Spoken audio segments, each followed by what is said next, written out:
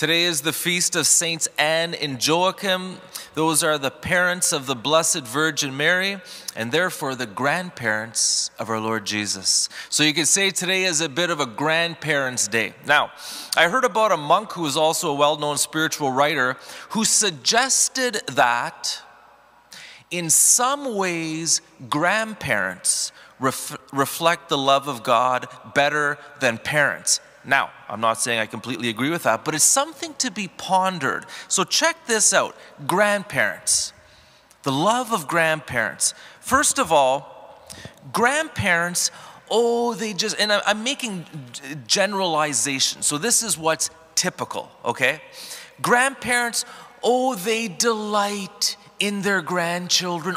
They love to love up their grandchildren, and they cherish every moment with their grandchildren. Well, that's again, it's a bit of a hint of the love of God. Now parents, obviously parents love their children and are willing to die for their children, but familiarity breeds contempt. Parents can sometimes be a little hard on their children or not delighting in their children all the time, but grandparents, just delight in their children, grandchildren.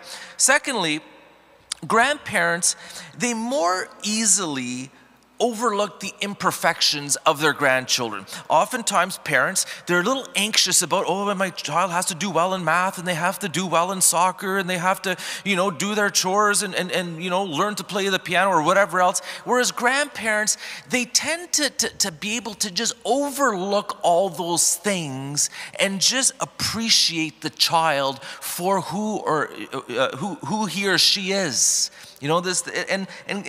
God very much too. I don't think God has a kind of an anxious concern about every detail of our life. I mean, obviously God cares about every detail, but probably more like the grandparents who are more easily able to kind of overlook, the things that parents might be so concerned about or anxious about. Thirdly, grandparents, I think, again, because of age and wisdom, can more easily see what's most important for their grandchildren. Again, a parent might be very anxious that the child isn't doing as well in school, or isn't doing their chores, or maybe kind of getting fussy about things. And again, these are legitimate concerns. But a grandparent generally will have the ability to see what's most important. Is my grandchild happy?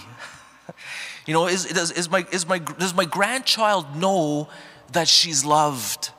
Does my grandchild believe in himself or herself or whatever? So again, a more of a wider perspective in some ways. And again, I think what we're typically dealing with is oftentimes, especially newer parents, might be overly anxious about certain details that in the big picture they shouldn't be so anxious about. And grandparents typically aren't like that. The fourth thing about grandparents is, and again, grandparents, they love to spoil their grandchildren, and sometimes parents complain about that. The grandparents, they get to do all the fun stuff, all the spoiling, and then they send them back to the parents, and the parents have to do the disciplining. And a classic example, and I know I grew up like this, is when you go to your grandparents, they always have goodies for you. Fresh baked things, or if they don't have baked things, let's bake something, and treats. And again, grandparents not as shy about, yeah, sure, have another cookie, or the parents are like, you've had 3 already, or whatever, and so too, the Lord, He wants to pour out His gifts on His children. He wants to lavish us, with His goodness and all of that, just as grandparents, in a particular way. And then finally, again, grandparents, they do have that wisdom to recognize that each grandchild, each child is unique in their own way and should be accepted for who they are and how they are. Again, a parent might just assume every child must do well in school, be good in sports, and have a lot of good friends. Well, guess what? Some children, and again, the older we get, the more we recognize this, some children, they don't have the same giftedness for studies, or they might even have learning disabilities. That's okay. There's nothing wrong with that. Some children, they're not going to be as athletic. That's fine.